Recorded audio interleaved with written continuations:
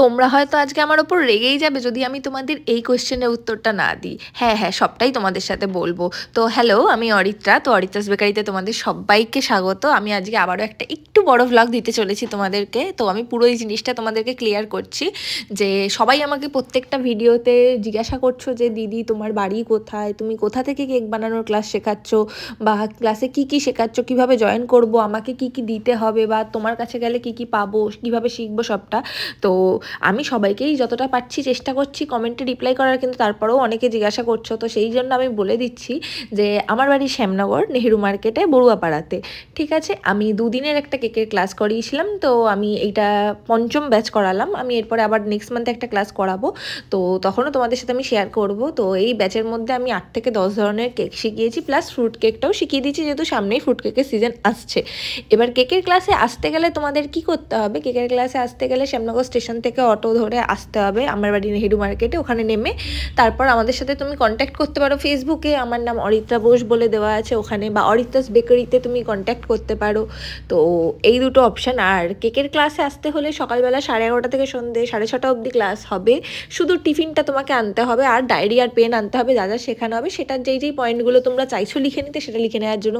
বাকি কেক বানাতে যা যা লাগে, 10টা কেক বানানোর যা যা ইনগ্রিডিয়েন্টস বলো সবটা আমি প্রোভাইড করবো, সব আমি দেখাবো। তোমরা নিজেরা কেক বানাবে, খুব জোর হলে আমি নিজে একটা কি দুটো বানাবো, বাকি তোমরা পুরোটা বানাবে। আমাদের স্টুডেন্ট যারা আছে শিখেছে এবার, তারা প্রচণ্ড সুন্দর কেক বানিয়েছে এবং তারা এখন সেলও করা শুরু করে দিয়েছে। এবার তোমাদের বলে দিই, দ্বিতীয় দিন কেকের টিফিন বক্স নিয়ে আসতে হবে, যাতে কেক যেগুলো তোমরা বানিয়েছো বাড়ির লোককে যাতে খাওয়াতে পারো, তার জন্য নিয়ে যেতে পারো। বুঝে গেছো? আশা করি সবটা এবার ক্লিয়ার হয়ে গেছে তোমাদের কাছে। এবার আসি ভিডিওতে, যেটা আর কি দেখালাম। তোমরা এতক্ষণ দেখলে একটা সুন্দর জিনিস তৈরি হলো, এটা তো ভীষণ টেম্পটিং চকলেটি ব্রাউনি একটা। তো আমি ব্রাউনিটা ডিজাইন করার জন্য এরকম বানিয়েছিলাম, আর এটা আমি সেলের জন্য বানাইনি, এটা আমি একজনকে গিফট পারপাস বানিয়েছিলাম, যে এটা আমি তাকে গিফট করব বলে।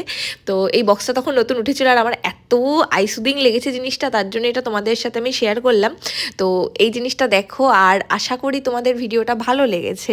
যদি তোমাদের ভিডিওটা ভালো লেগে থাকে তাহলে অবশ্যই ভিডিওটাকে একটা লাইক, কমেন্ট আর একটু শেয়ার করে দিও তোমাদের বন্ধুবান্ধবের সাথে, যদি কেউ কেক শিখতে চায় তাহলে, যারা এইভাবে যেন আমার সাথে কন্ট্যাক্ট করে নেয়। এবার আসি, এইটা ব্রাউনি কেমন কস্টিং হতে পারে। তো অনেকেই আমাকে, আমার ক্লায়েন্ট যারা আছে তারা জিজ্ঞাসা করো, এই ব্রাউনি বক্সটার কস্টিং মিনিমাম 270 রুপিস।